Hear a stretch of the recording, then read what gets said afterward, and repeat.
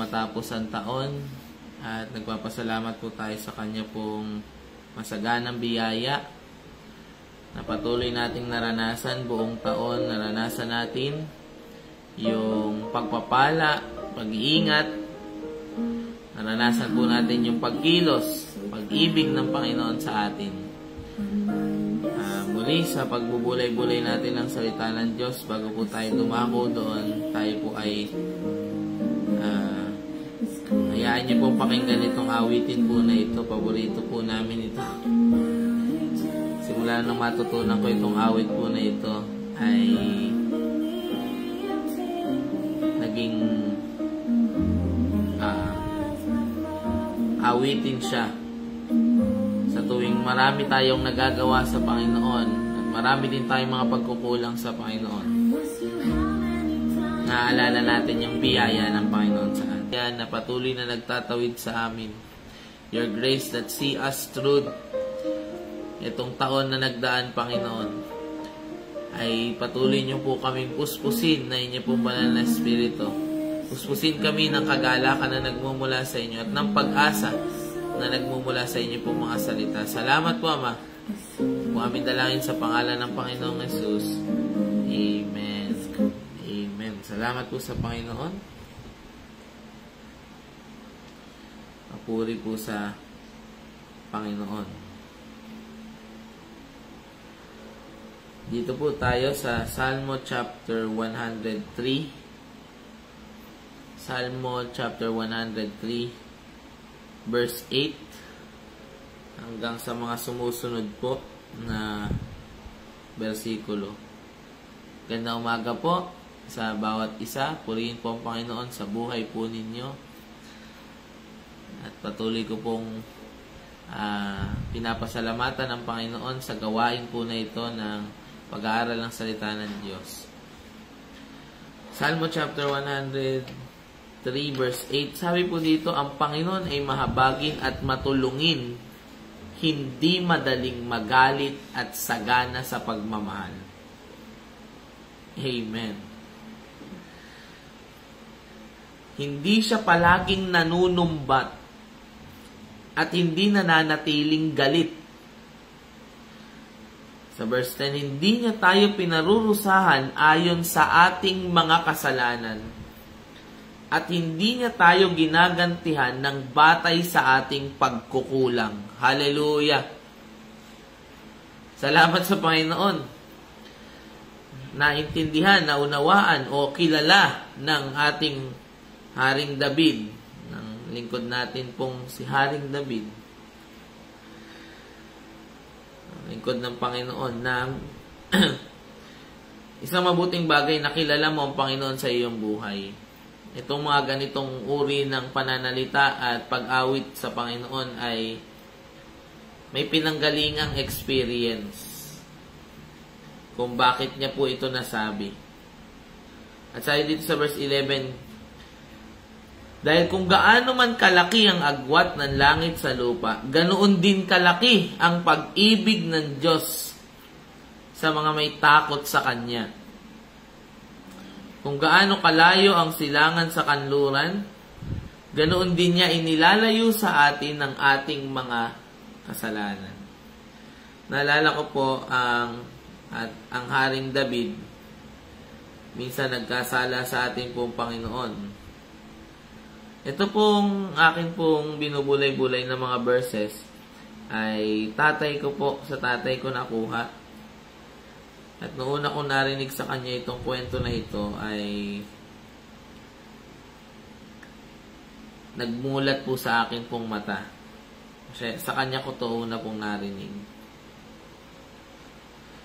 Na si David ay nagpa-census. Nasa 1 Chronicles chapter 21 po ako. Nagpumilit si David, kaya nilibot ni Joab ang buong Israel at bumalik agad sa Jerusalem. Sinabi niya kay David, ang bilang ng lalaki na may kakayahang makipaglaban, 1,100,000 sa Israel at 470,000 sa Judah. Nagpa-census siya. Gano'n na kaya tayo kalaki?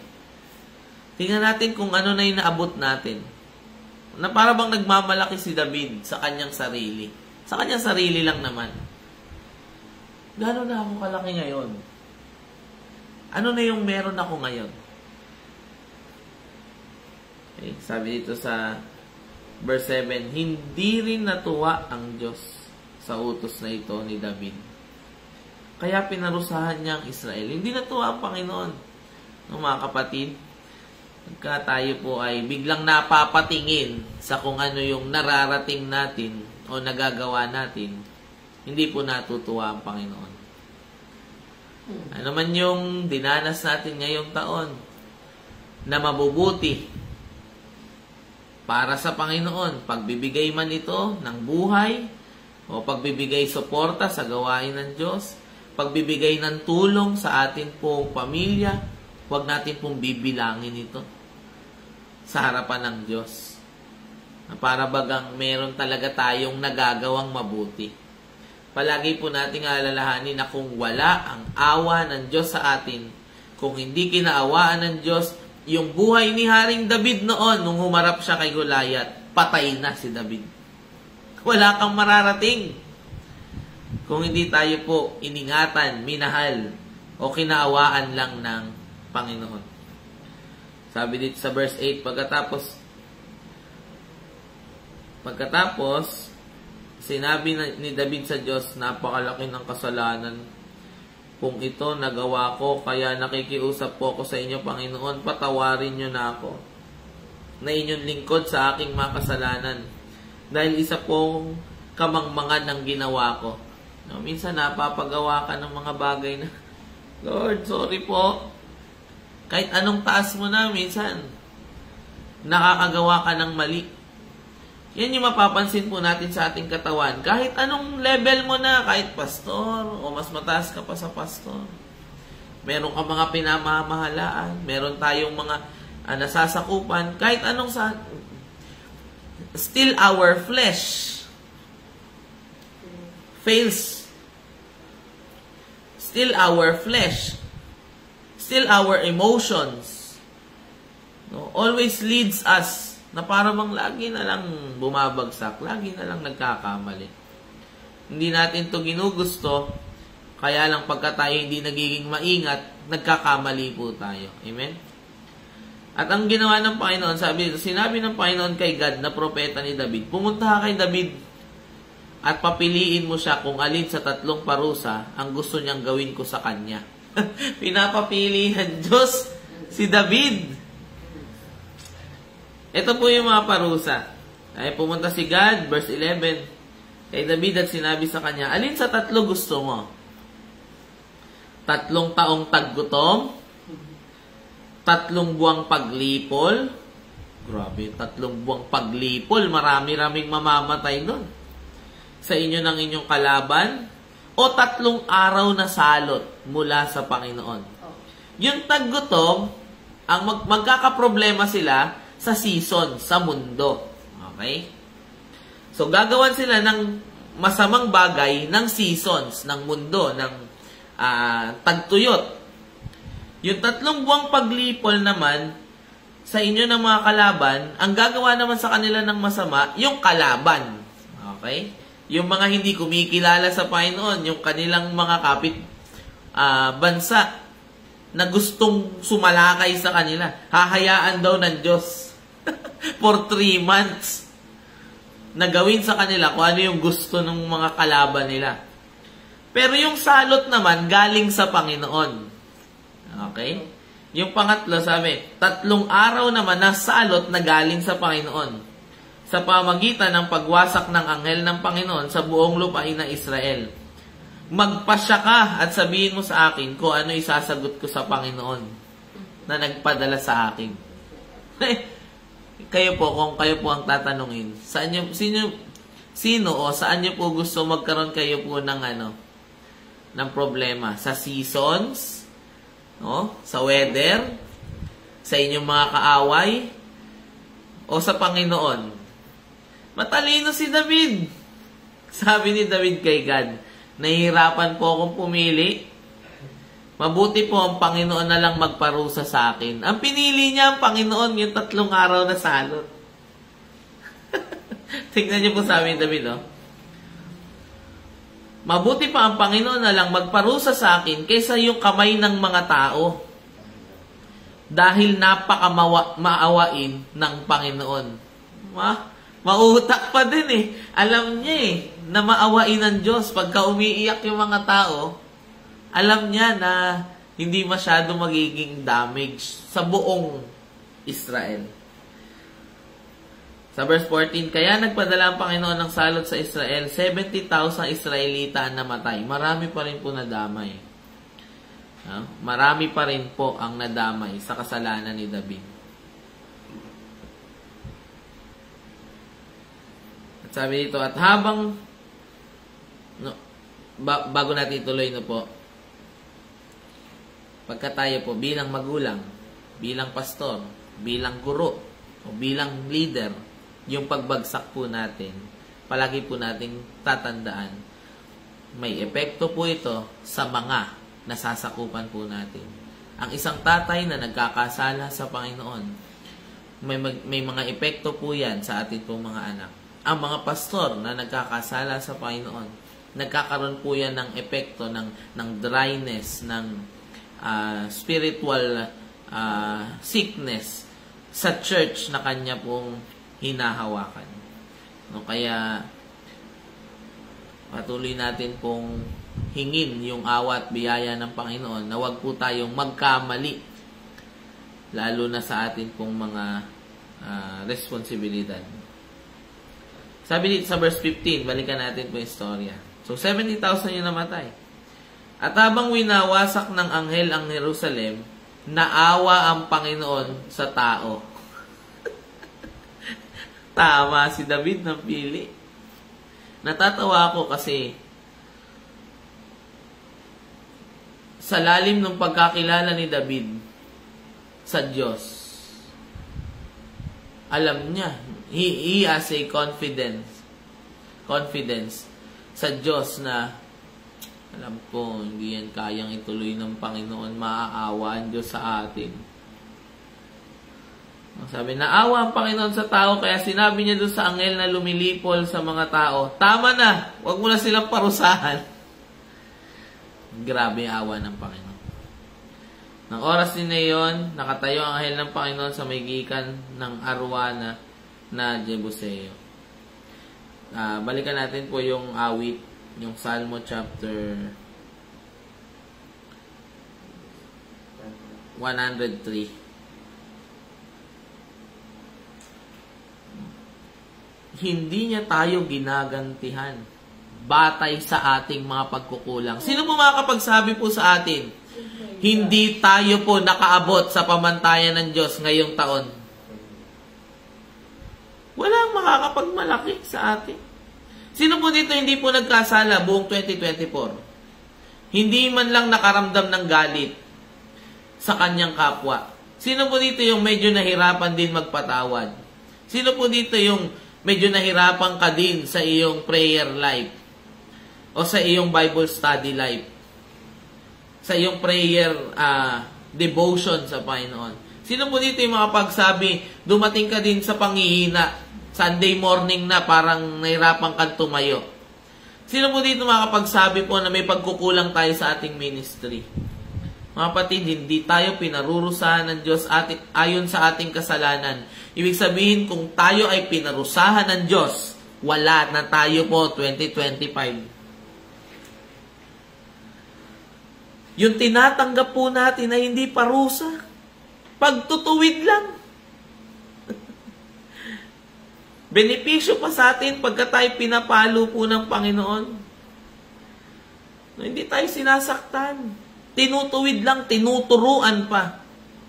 Ang tawag po natin doon, God's patience.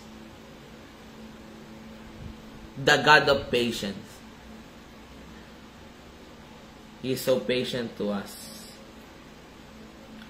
Kung gaano kalayo, verse 12, ang silangan sa kanluran, ganoon din inilalayo sa atin ang ating mga kasalanan. No? Hindi siya natutuwa na malapit tayo sa kasalanan natin.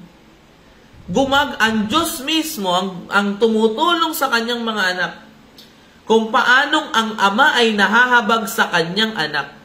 Sipin niyo po, tayo po bilang mga magulang o bilang mga pastor, nahahabag ka pagka yung isang tao, yung cycle ng buhay, paulit-ulit. Para bang alipin tayo ng kasalanan. Alipin tayo ng pagbagsak, ng panghihina. At hindi nagbabago yung sitwasyon. Aangat, bababa. Aangat, bababa. Magnanais ka ulit magbigay, hindi ka ulit magbigay. Magnanais ka ulit maglingkod sa Panginoon, biglang hindi ka.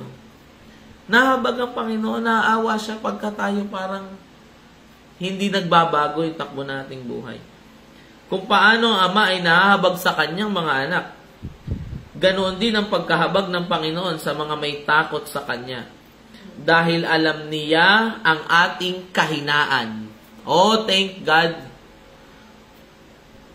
He knows us very, very well. Kilala po tayo ng Panginoon. Alam niyang tayo ay mula sa lupa. Alam niyang nilikha tayo mula sa lupa. Ganon tayo ka-frail. Ganon tayo kahina, ka-weak. Pinanggalingan natin ay lupa. Ang buhay ng tao ay tulad ng damo. And dito galing yung, I am a flower quickly fading, here today and gone tomorrow, wave tossed in the ocean, vapor in the wind. Siguro mabuti na pumasok tayo sa taong 2025. Dala natin yung kaunawaan ng consciousness of God's grace every day. Amen? Conscious ka na sa bawat turn, bawat paglago sa buhay. Grabe ang biyaya ng Panginoon sa isang katulad ko. Amen? Sabi dun sa tatay ko din ko ito nakuha po Pastor Paul Masaredo. 1 Timothy 16. Sabi po dito, babasahin ko po sa English. Verse 16. 1 Timothy chapter 1 verse 16. But for that very reason, I was shown mercy, so that in me, the worst of sinners, pinakamakasalanan sa lahat, Christ Jesus might display His immense patience as an example for those who would believe in Him and receive eternal life. Gaano ba ka-messed up yung iyong buhay? Alam niyo po mga kapatid, even in your best day, you still messed up. Kahit pa dun sa parang pinaka-banal mong araw, compared to Jesus Christ's devotion, all of our devotion, sabi nga ang ating mabubuting gawa ay maruming basahan sa harapan ng Diyos. Yung ating mabubuting gawa ay maruming basahan. Anong pinagmamalaki mo sa Panginoon na iyong ginawa? Kung wala ang awa ng Panginoon sa krus ng Kalbaryo, walang taong maituturing na matuwid. Walang makakatayo, walang makakapasok sa 2025 ng buhay. Kung tatanggalin ng Panginoon ang kanyang awa ngayong araw, mamaya sa impyerno tayo pupulutin. Ganong katindi yung awa at biyaya ng Panginoon. Huwag natin maisip, huwag natin kahit kailan maiisip. Kaya mabuti ang Diyos sa akin, may ministry na kasi ako ngayon. Hindi. Dahil sa iyong paghingi ng awa, dahil sa iyong patuloy, sabi nga doon sa kanta kanina, as long as you're seeking my face, you are walking the power of my daily sufficient grace. You only need to believe that Jesus Christ and His grace is enough for you. Last verse. Siguro lang sa atin to po. Recall lang. Romans chapter 2 verse 4. Ano sabi dito sa kanta to eh? Ang kabutihan ng Diyos sa akin ay umakay upang aking talikdan ng kasalanan. Sa NIV, napakaganda. Or do you show contempt for the riches of His kindness? Yun yung una. For the riches of His kindness, forbearance and patience, not realizing that God's kindness is intended to lead you to repentance. Ang ginagawa ng Panginoon po sa atin, His kindness, yung kabutihan, yung kabaitan ng Diyos sa atin, no, is shown to us, intended to lead us to repentance. Kaya nagiging mabuti ang Panginoon sa atin, no, dahil gusto tayong baguhin ng Panginoon. Siya mismo yung gumagawa ng huwag niyong gantihan ng masama ang gumagawa sa inyo ng masama. Gaano tayo kasama sa harapan ng Panginoon? Minsan, nakakalimutan natin ang Diyos. Ang Diyos, hindi daw tayo nakakalimutan. Kailan may sabi, hindi nakalimutan ang matuwid. Naging bata ko, tumanda na. Na ang matuwid, hindi pinabayaan. Tayo lang ang pinabayaan natin ang relasyon natin sa Panginoon. At ang anak niya ay namalimos. Hindi, kahit kailan hindi ko nakitang namalimos. Ba't ang bait niyo sa akin, Lord? Ba't pinapatawad niyo pa rin ako? Bakit pinupulot niyo pa rin ako, Panginoon? Bakit? Ipinapakita ng Diyos yung kanyang kabaitan para baguhin tayo dito. Mahirap gawa ng masama yung taong laging mabait sa'yo. Pero yung kabaitan ng Panginoon, sobra na. Hallelujah. Yung kabutihan ng Panginoon sa atin po, sobra na. Kaya hindi tayo inuutusan pero we are expected to na magbalik din na sobrang pag-ibig. We love because He loves us first. Yes, meron tayong utos na love the Lord your God with all your heart. Pero we are not forced to obey that commandment. We are persuaded. Hindi tayo pinilit sundin yung mahalin mo ang Diyos. Ito. Hindi.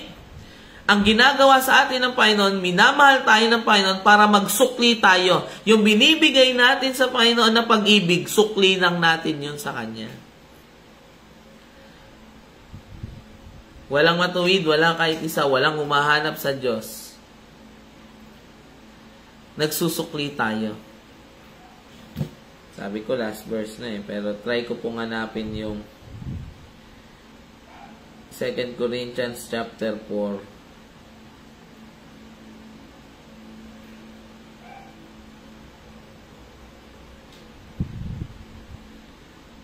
Second Corinthians chapter 4. Ang pag-ibig.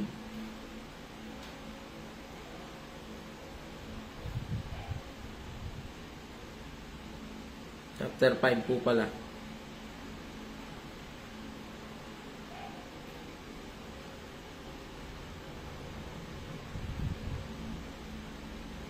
Verse 14. Chapter 5. 2 Corinthians chapter 5 verse 14. Sapagkat ang pag-ibig ni Kristo. Nakapaloob na dun po yung awa, yung pagpapatawad, yung biyaya, yung kabutihan, yung mga blessings, yung mga trabaho, yung mga businesses, yung mga Bible studies, sapagkat ang pag-ibig ni Kristo, nakapaloob na po dun. Yung pagpapatawad ng Diyos, yung pasensya ng Diyos, ang nag-udyok sa amin, sundin ang kanyang kalooban. Kung meron man po akong verse, para sa taon na ito na pinaka nag-hit, pinaka tumama, o tumimo, o nagrema sa aking buhay ngayong taon na ito po, etong verse na ito. Yung pag-ibig ni Jesus Christ, hindi ko po maitanggi. Yun ang dahilan kung ba't ako sumusunod sa kalooban ng Diyos. Walang iba, hindi ako pinilit. Kumbinsido kami na namatay si Kristo para sa lahat. Kaya may tuturing din na namatay ang lahat namatay siya para sa lahat. That is the display of His love. No, anong tawag doon, mami? Pagpapatunay. Pinatunayan niya yung pag-ibig niya sa atin nung namatay siya. Para ang lahat ng nabubuhay ngayon ay hindi na mamuhay para sa sarili, kundi para sa Kanya na namatay at nabuhay para sa kanila. Salamat sa Panginoon. Naging mabiyaya po ba ang Panginoon sa atin? 2024. Amen. Amen. Amen. Mabiyaya po ang Panginoon. Naalala ko nung minsan po, mga kausap ako na pastor. At lagi ko naririnig na sa biyaya po ng Panginoon. Lagi ko naririnig yung term na yun. Kamusta po kayo? Sa biyaya po ng Panginoon. Sa biyaya ng Panginoon. Ganito na po. Sa biyaya ng Panginoon. Bata ko, hindi ko masyado naiintindihan.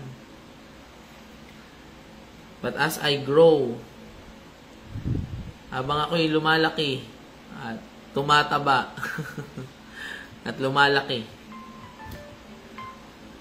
at lumalalim sa Panginoon, lalo ko naiintindihan. Grabe, sa biyaya lang talaga pala ng Panginoon nakukuha yung mga bagay. Hindi dahil sa karapat dapat tayo sa kahit ano pa man pong bagay, kundi dahil sa biyaya ng Panginoon. Ano ba yung biyaya ng Panginoon? Biyaya ng Panginoon ay yung mga bagay na hindi natin po karapat dapat. Mga bagay na hindi po natin pinagtrabahuhan. Bakit ba kayo maawain sa akin, Ama? O Diyos? Anak, walang ibang sagot kundi dahil si Jesus. Si Jesus ay namatay para sa iyo. Si Jesus ay binayaran yung lahat ng punto na bumagsak ka. Kung bakit nakakapagpatuloy tayo ay dahil ang Panginoong Jesus, the greatest ministry ever, saving us from our sins. Salamat po sa Panginoon sa umaga po na ito. Siguro last ko na ito na pagsasalita ngayong taon. Magne-next year na. Nais ko po din pong patuloy na himukin ng bawat isa na manatili po tayo sa pag-ibig at biyaya po ng ating pong Panginoon. Tayo po'y manalangin. Lord, salamat po sa umaga po na ito. Patuloy po namin kayong pinapasalamatan sa lawak ng inyong pong biyaya, sa kasaganaan na inyong pag-ibig sa amin na naranasan po namin buong taon. You don't repay us what our sins deserve. Marami kayong pagkukulang, Panginoon. Marami kayong mga pagbagsak, Panginoon. Marami kayong mga punto na masasabi namin hindi kami nagiging tapat. Pero salamat po sa inyo, Panginoon. Sa kasaganaan na inyong biyaya, Panginoon, nakakapagpatuloy po kami. At patuloy po namin hinahumble, Panginoon, yung aming sarili sa inyong harapan. Para po sa susunod na taon, Panginoon, we still need your grace. For we always have weaknesses. We always have limitations. At ang sagot at tugon po ninyo sa aming mga kahinaan, walang iba kundi ang biyaya po ninyo. Kaya humihingi po kami ng awa at biyaya po sa inyo. Dahil naniniwala po kami, without you, we can do nothing. Salamat po sa inyo sa umaga po na ito. Ingatan niyo po at samahan, pagpalain na inyo po mga lingkod, mga anak, papasok sa trabaho, sa pag-aaral. Mga anak po ninyo, Panginoon, nagbubukas ng kanila pong mga tinatangkilik at negosyo. Kayo patuloy, Panginoon, na magpala sa kanila. Ano man ang gawa ng kaaway sa kanilang buhay, upang ang kalooban po ninyo, Panginoon, ay madelay o masira. Sa pangalan ng Panginoong Jesus, sinihiling po namin, Panginoon, na i-expose niyo po ang gawa ng kaaway. Wasakin niyo po ang gawa ng kaaway sa buhay ng bawat isa. Salamat po sa inyo. Pinupuri po namin kayo, Ama. Ito po aming dalangin sa pangalan ng Panginoong Jesus. Amen. Amen. Purihin po ang Panginoon. God bless po sa bawat isa. Samahan po tayo ng Panginoon sa araw po na ito. Praise the Lord.